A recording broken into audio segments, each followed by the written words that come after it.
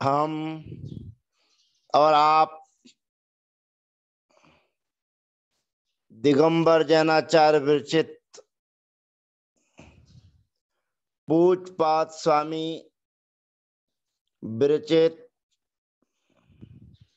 जैनेन्द्र व्याकरण का अध्ययन कर रहे हैं और इस जैनेन्द्र व्याकरण के अध्ययन में हम और आप अजंत पुल्लिंग प्रकरण को पढ़ रहे हैं, जान रहे हैं। दीर्घ उकारांत शब्द हमारे प्रकरण में चल रहा है। पूर्व सत्र में हमने उल्लू शब्द के प्रयोग की सिद्धि की थी। अब हमारे पास दीर्घ उकारांत शब्द भू है। भू माने पृथ्वी। तो भू शब्द से प्रथमा विभक्ति के एक वचन में सी विभक्ति के आने पर सी विभक्ति में तो कोई नया काम नहीं करना पड़ता है। स सजुसो री और विरामे विसर्जनीय, अर्थात स सजुसो री से सा के स्थान पर री आदेश और विरामे विसर्जनीय सूत्र से विसर्ग आदेश करने पर भू प्रयोग सिद्ध होता है। अब द्विवचन आदि में औ आदि विभक्तियों के आने पर ये सुप्यो सूत्र के माध्यम से यण नहीं होगा, परंतु सिनु धू भ्रुवाम यवो रचि युवौ इस सूत्र के माध्यम से उव आदेश होगा, क्योंकि भू एक अच वाला शब्द है और एक अच वाले दीर्घ उकारांत शब्दों में सिनु धू भ्रुवाम यवो रचि युवौ सूत्र के माध्यम से उव आदेश होता है। क्योंकि अगला जो सूत्र आने वाला है दिन कार पुनर्वर्षाभ्यो भुवः, उस सूत्र में भी कहा गया है कि भू शब्द का प्रयोग यदि भू शब्द के पूर्व में दृन हो, कर हो, पुनर हो और वर्षा हो, यानी कि दृन भू, कर भू, पुनर्भू और वर्षा भू, इन शब्दों के होने पर भू धातु में रहने वाला दीर्घ जो ऊ है उसके स्थान पर वा आदेश होता है, परंतु दृढ़, कर, पुनर और वर्षा इनको छोड़कर शेष अन्यत्र कहीं भी या अन्य किसी के साथ या स्वतंत्र रूप से यदि भू शब्द होगा तो उसके स्थान पर उव आदेश होता है, ऐसा जानना चाहिए। तो यहां पर शिनु भू भ्रुवाम यवो रचि युवौ सूत्र के माध्यम से उव आदेश होकर भुवौ इत्यादि प्रयोग सिद्ध होते हैं। भू शब्द से प्रथमा और द्वितीय विभक्ति के एक वचन में औ विभक्ति के आने पर टकार का अनुबंध हो जाता है, क्योंकि द्वितीय विभक्ति के एक वचन में औट विभक्ति है। भूधन औ। अब यहां पर सर्वप्रथम अची को यण सूत्र की प्राप्ति है। अची को यण सूत्र उ के स्थान पर वा आदेश करता है। सुटी पूर्व स्वम सूत्र के माध्यम से दीर्घ की प्राप्ति है। और ये भू दीर्घ उकारांत शब्द है, इसलिए द्यो जसी च सूत्र के माध्यम से दीर्घ का निषेध हो जाता है। फिर उसके बाद में सूत्र आता है शनु धू भ्रुवाम यवो रची वौ। इस सूत्र के माध्यम से उ के स्थान पर ओ आदेश हो जाता है, और ओ आदेश होने पर प्रयोग बनता है भुवौ। अब इसी प्रकार से शेष विभक्तियों के आने पर भी यही प्रक्रिया प्रारंभ होती है।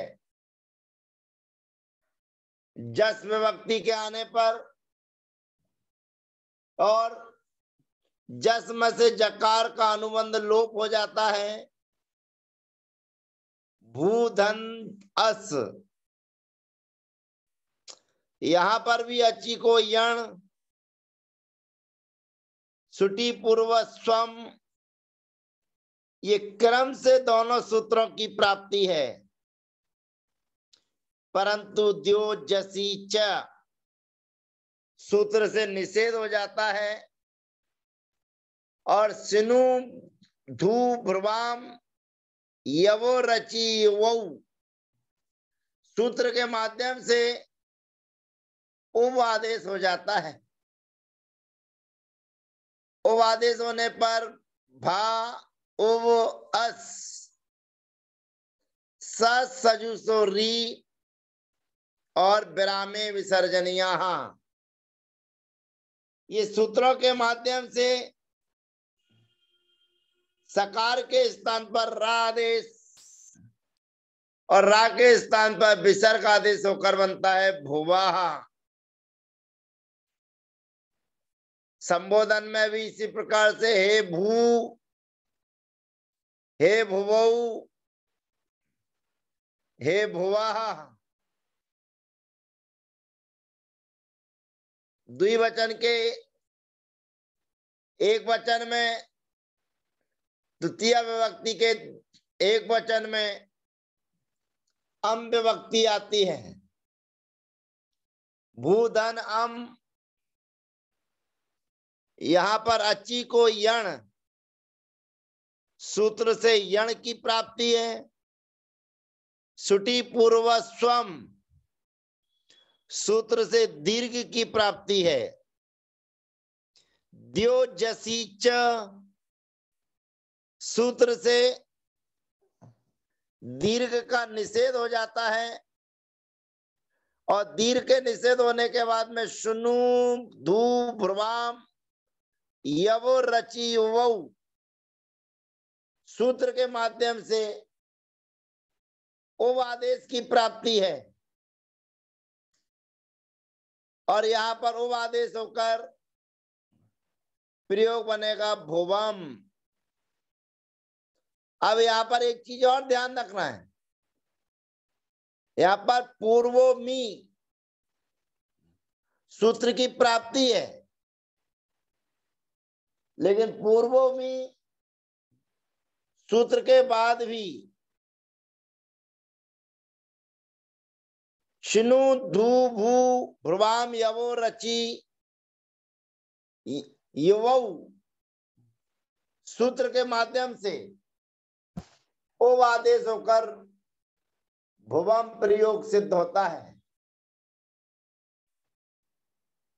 द्वितीय विभक्ति के बहुवचन में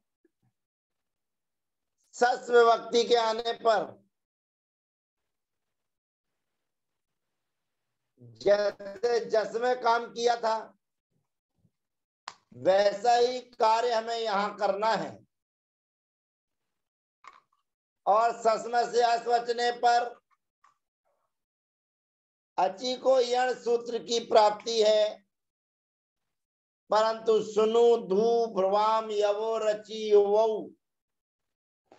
सूत्र के माध्यम से उप आदेश होकर बनता है भुवाहा।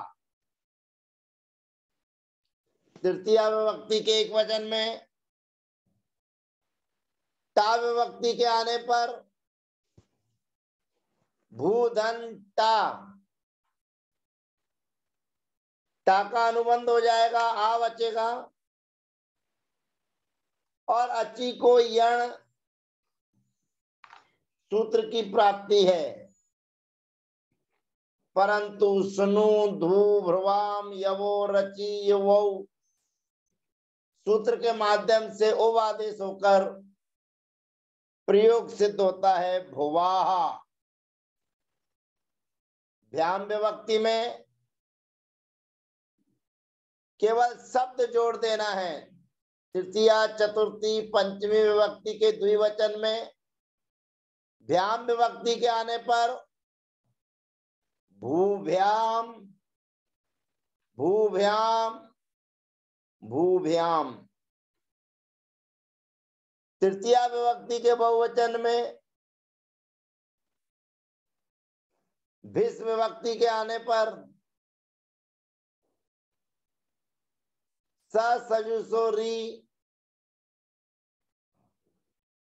और उसके बाद में विरामे विसर्जनिया सूत्र के माध्यम से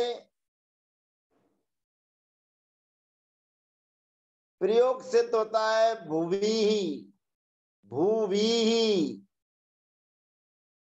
अब ये प्रयोग सिद्ध हो जाने के बाद चतुर्थी विभक्ति के एक वचन में गे विभक्ति आती है, और गे विभक्ति के आने पर उसमें से ए बचता है, गा का अनुबंध लोप हो जाता है, और गा का अनुबंध लोप होने पर सर्वप्रथम अची को यण सूत्र से यण की प्राप्ति है। सिनु धू भ्रुवाम यवो रचि युवौ सूत्र के माध्यम से उप आदेश होकर भुवे प्रयोग सिद्ध होता है।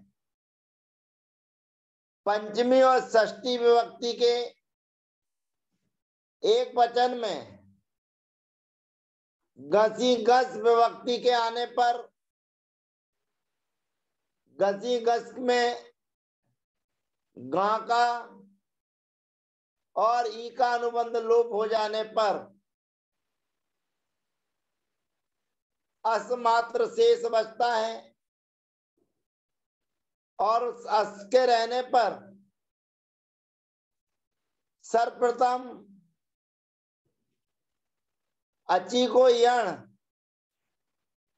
सूत्र की प्राप्ति है, और अची को यण के बाद में शुनु धू भ्रुवाम यवो रचि युवौ सूत्र के माध्यम से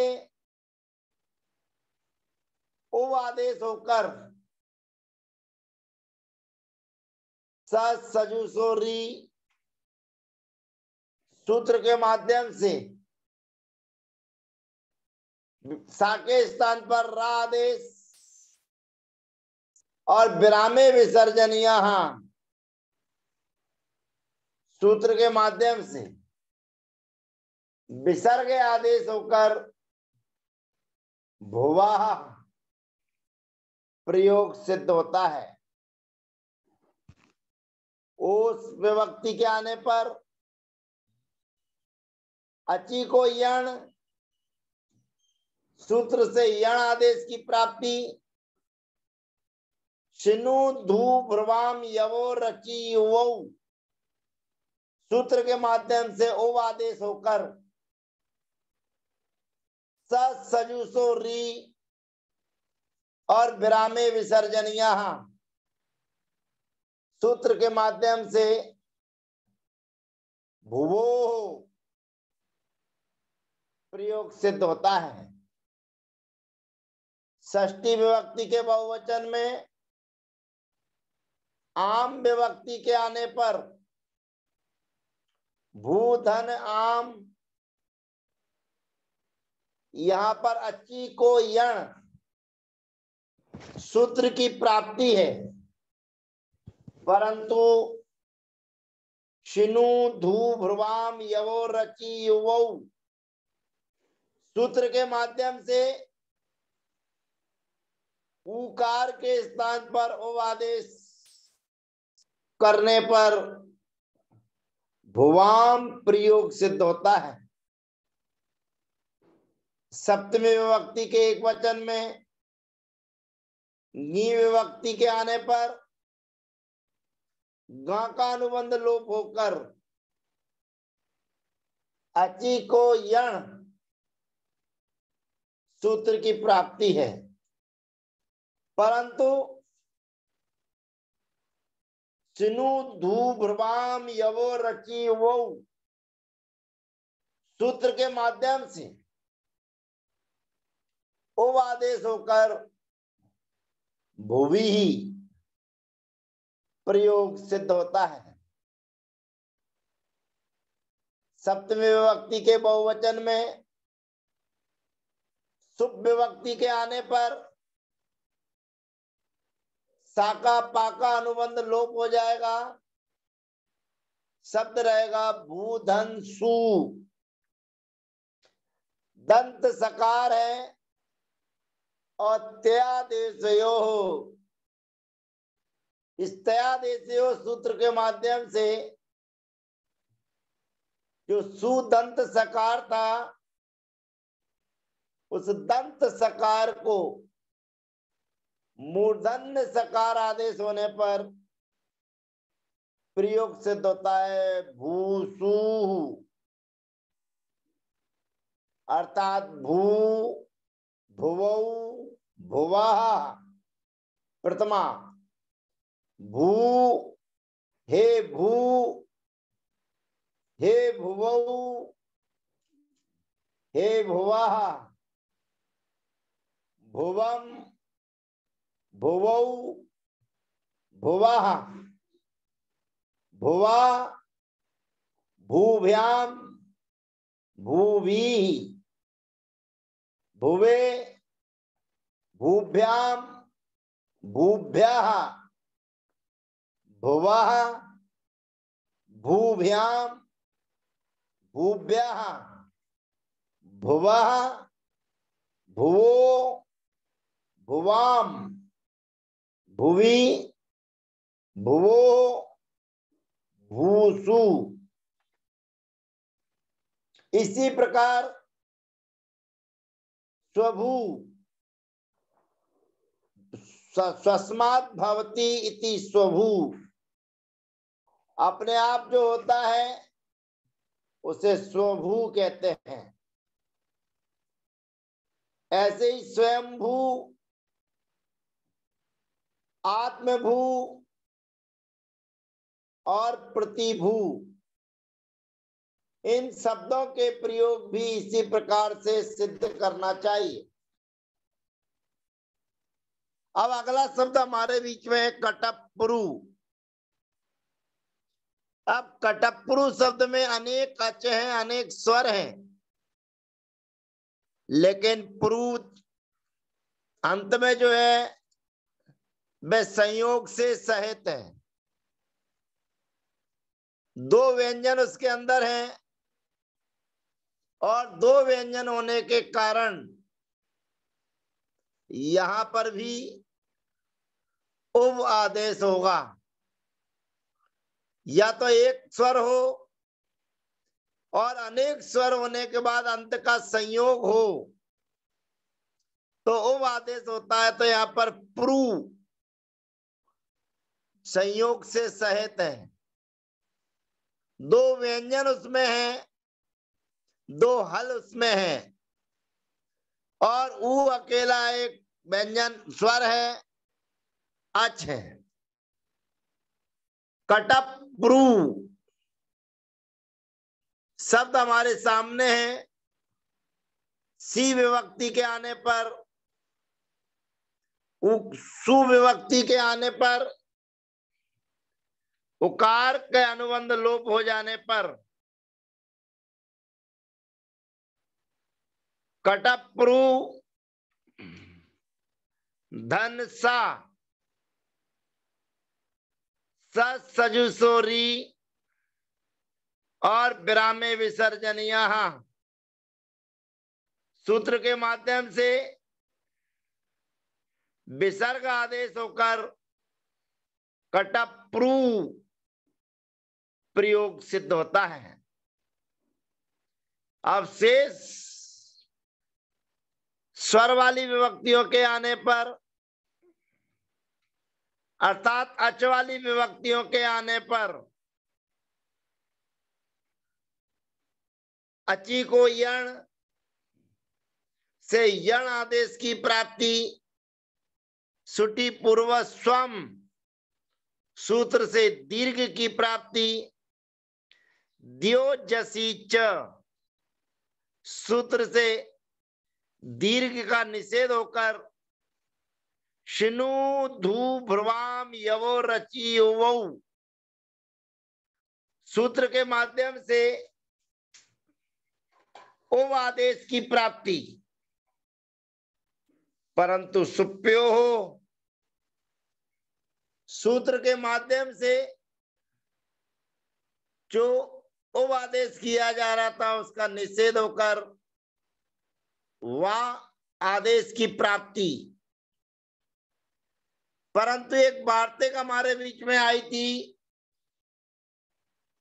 गी संज्ञक कार केतर पूर्व पद से यण न इष्यते, अर्थात जो हमने नियमावली निर्धारित की है उस नियमावली के निर्धारित होने पर गी संज्ञक यानी कि उपसर्ग और कारक से इतर माने भिन्न अगर कोई शब्द होता है तो यण न इष्यते, इण नहीं होता है, यानी कि इण का निषेध हो जाता है। तो यहां पर जो कटप्रू शब्द है वो कट कोई उपसर्ग नहीं और कारक भी नहीं है। दोनों नहीं होने पर कहते गी संज्ञक और कारक इनसे भिन्न अगर कोई है तो पूर्व पद के लिए यण ना, यण नहीं होता है। तो यण का निषेध होने पर पुनः सुनु धू भ्रुवाम यवो रची युवौ सूत्र के माध्यम से उप आदेश होकर शब्द बनता है कटप्रुवौ। इसी प्रकार से जस विभक्ति के आने पर कटप प्रवाह संबोधन में हे कटप्रू, हे कटप्रुवौ, हे कटप्रवाह प्रयोग सिद्ध होता है। अम विभक्ति के आने पर पुनः यही प्रक्रिया हमें ध्यान रखनी है। सर्वप्रथम अची को यण सूत्र की प्राप्ति करना है, सुटी पूर्व स्वम से दीर्घ की प्राप्ति करना है, द्योजसी च से दीर्घ का निषेध करना है, शिनु धू भ्रुवाम यवो रची उवौ, सूत्र के माध्यम से उव आदेश की प्राप्ति। सुप्यो, सूत्र के माध्यम से यण आदेश की प्राप्ति। और गी संज्ञक कार केतर पूर्व पद से यण न इष्यते, इस वार्तिक के द्वारा भी इनका निषेध होकर सिनु धू भ्रुवाम यवो रची वौ, सूत्र से ओव आदेश होकर कटप्रवम प्रयोग सिद्ध होता है। टा विभक्ति के आने पर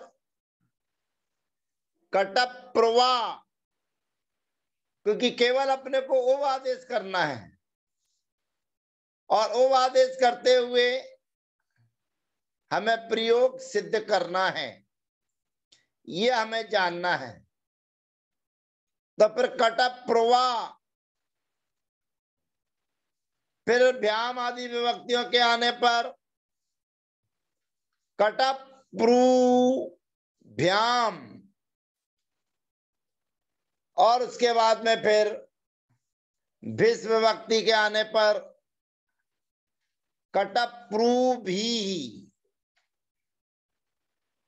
चतुर्थी के एक वचन में कटप्रुवे, कटप्रुभ्याम, कटप्रुभ्यवः, कटप्रुभ्यः,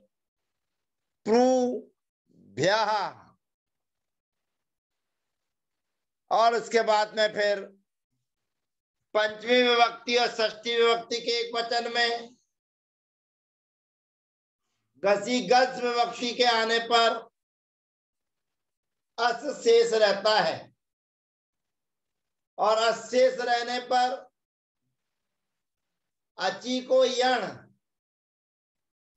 सूत्र से यण आदेश की प्राप्ति है। सिनु धू भ्रुवाम यवो रची वौ, सूत्र के माध्यम से ओव आदेश की प्राप्ति है। सुप्यो, सूत्र से फिर उ के स्थान पर वा आदेश की प्राप्ति है, तथा गी संज्ञकार के इतर पूर्व पद से यण न यस्यते, यहां पर यण का निषेध करके शिनु धू भ्रुवाम यवो रची वौ, सूत्र के माध्यम से ओव आदेश होकर कटप्रवाह प्रयोग सिद्ध होता है। आम विभक्ति के आने पर कटप्रवाम, ओस विभक्ति के आने पर कटप्रवोह, और गी विभक्ति के आने पर कटप्रवी, और शुभ विभक्ति के आने पर तयादेशयो, सूत्र के माध्यम से दंत सकार को मूर्धन्य सकार आदेश करने पर कटप्रुसुः प्रयोग सिद्ध होते हैं। इस प्रकार से हमने भू और कटप्रु, भ्रू एक स्वर वाला शब्द है और कटप्रु अनेक स्वर वाला शब्द है, लेकिन संयोग से सहित है, इसलिए दोनों स्थानों पर शिनु धू भ्रुवाम यवो रची वौ, सूत्र के माध्यम से ओव आदेश होकर प्रयोग सिद्ध किए हैं। अब अगला सूत्र हमारे बीच में आएगा तो दृढ़ भू, कर भू आदि शब्दों की सिद्धि हम आपके बीच में अगले सत्र में लेकर आएंगे, दृढ़ भू शब्द के माध्यम से। शेष चर्चाएं अगले सत्र में। जय जिनेन्द्र, वंदना, सबका यथायोग अभिवादन।